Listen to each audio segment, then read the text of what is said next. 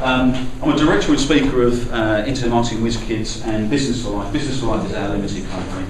I've been 23 years in IT, in corporate IT. And when I first started doing that, I thought it was like the best job in the world. I went all around the world. I went to Dubai, Middle East, all around there, USA, all around Europe, starting up different companies, different distributors. I was working for a manufacturer and distributors. So we was bringing in new business, turning over multi-million-dollar deals, fantastic stuff. Trouble is that what happened to me was I got to a point in my life where I just thought to myself, I feel trapped in this. I don't want to do this as a corporate job. I'm never at home, so I've no family, really, just sort of no family life, no friends really. I missed what I used to do. I used to be a rock and roll drummer, as you can see on here. When I was a lot younger, I used to play in heavy metal bands in the 70s and 80s, and I missed that because that's fun. That's what life should be about. Is that sort of stuff. It's not about corporate life. It's not about dressing up in suits and ties, which is the reason why I don't do it anymore. I just sort of shun all that sort of stuff now. But I used to play drums, and I miss my music, and I miss playing, and miss enjoying my life. And I got to a point where I was in a hotel room in Berlin. The cab driver dropped me about half a mile away from the hotel I was supposed to go into, and it was pouring with rain. I was soaking wet when I got there. I sat on the edge of the bed and I thought, well, I've been to Berlin before, it's a beautiful city, but I don't really want to be here. I don't really want to do this stuff. I've got to think of a better way of life, there's something different to do. But I thought, I'm in Berlin. The last time I was here, I was in a hotel room and it was absolutely beautiful. Pulled the curtains back and there's this beautiful city. So I got up off the bed in my soaking suit and I thought, let's have a look at Berlin and see what it's like. Open up these curtains, brick wall about 12 foot in front of me. And it's these moments of decision when you sort of just go, that's it. I'm not doing this anymore, don't want this sort of lifestyle. That was my epiphany moment. I thought to myself, I'm not going to do this corporate stuff. Now I was earning 6 figures then. It was a pretty good job. All my friends were completely jealous of me. I'd fly over to California for a week, to do a conference or whatever. And my friends said, this is fantastic, you're going to California, it's wonderful over there. I never used to see it. It was like an 11-hour trip over there. It was like the longest trip to work ever.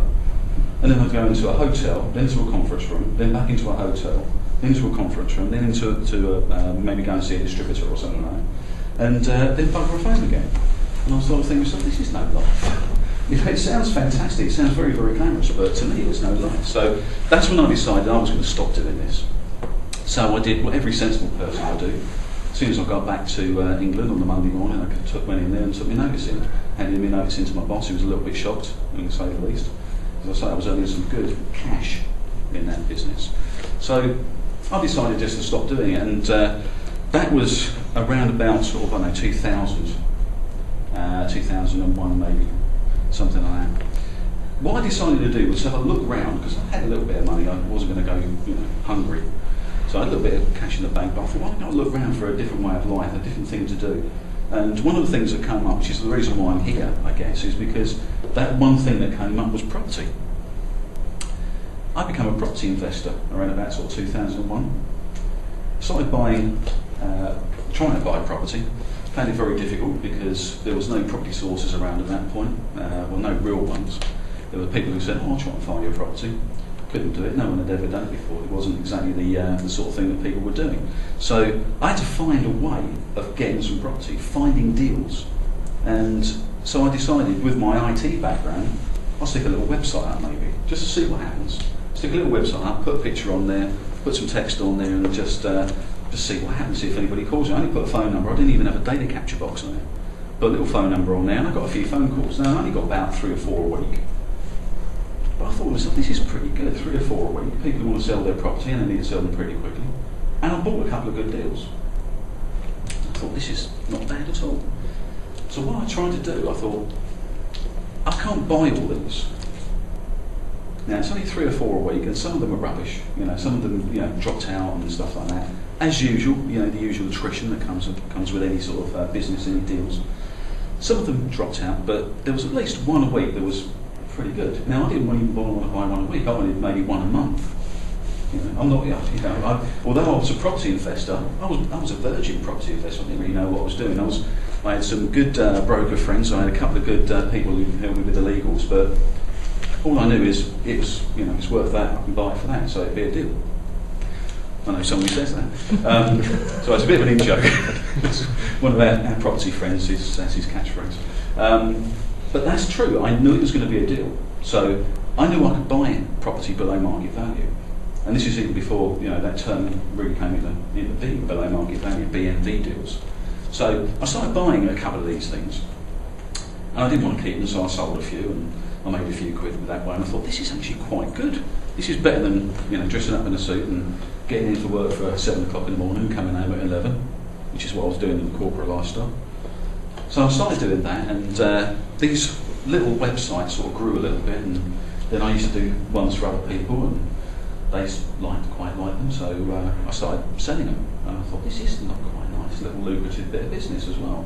So that's how it sort of grew up, with trying to do it for myself, finding that it was sort of working okay. I mean, I didn't put much effort into it. I didn't even put much thought into it. It wasn't until later on that I actually decided I'm going to go on a training course and find out how to do this stuff properly. Because even though I was technically proficient, the actual mechanics of marketing on the internet was a little bit grey area for me. So does that ring any bells? Is anybody sort of not really that au fait with the internet and marketing? To show of hands? Yeah? What is holding you back? Is it just the thought of actually learning some new stuff that is a bit complicated? What's sort of holding you back? Anybody? Just technical. So technical stuff? Anybody else? Anybody else technical? I'm not too bad on the technical stuff. It's just knowing what to do to get all the right bits. So it's procedure? Yeah. Right, okay. What about psychology? Sales psychology, what customers want, that sort of thing? Because there's a little group of things that we have to deal with. They're not complicated. The technology can be learned. The procedures can be learned. What can't be learned straight away, or not very easily, we can tell you how to do things, is the psychology. And this is where your heart has to come into it and your mind has to come into it. So want to know and understand what clients actually want. This is where you have to take it seriously. This is not about bunging a website up and hoping to get a lead. What try and look for is what these clients are actually want. Don't forget, most of the people who are selling their property are in a desperate situation. Now, I know quite a lot of people who buy from people in those situations who don't give a toss about them. There's quite a few people in this industry who just don't give a toss about people. And they'll buy a few, and then they'll turn a few quid over. What you'll find is people who actually care about the customers, I mean genuinely do care about the client, about people who are losing their home maybe through they can't get a mortgage, or they're behind with their payments, that sort of thing. The people who have some sort of empathy with that client not only make more sales, but what they also do is they sustain that business as well. And this really goes back to when I was a young marketer, because I've been in sales and marketing for most of my life. We've lived by certain principles, we live by certain axioms. And some of those things is really truly understanding your customer, and we sort of formulate that in the concept of a customer profile.